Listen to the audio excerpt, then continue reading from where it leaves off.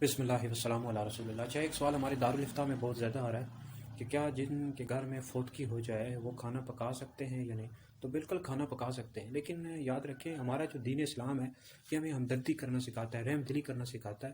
اور ہماری جو شریعت ہے وہ ہمیں یہ درس دیتی ہے اس حوالے سے کہ جن کے گھر میں فوتگی ہو جائے، میت کوئی بندہ انتقال کر جائے، تو پھر جو پڑوسی ہوتے ہیں، رشتہ دار ہوتے ہیں، انہیں چاہیے کہ وہ میت کے جو گھر والے ہیں ان کو کھانا پکا کر کھلائیں، ان کے ساتھ بیٹھیں، ہمدردی کا اظہار کریں۔ یہ مستحب ہے، یعنی فرض اور واجب نہیں ہے کہ ان کے ساتھ کھانا کھلائیں،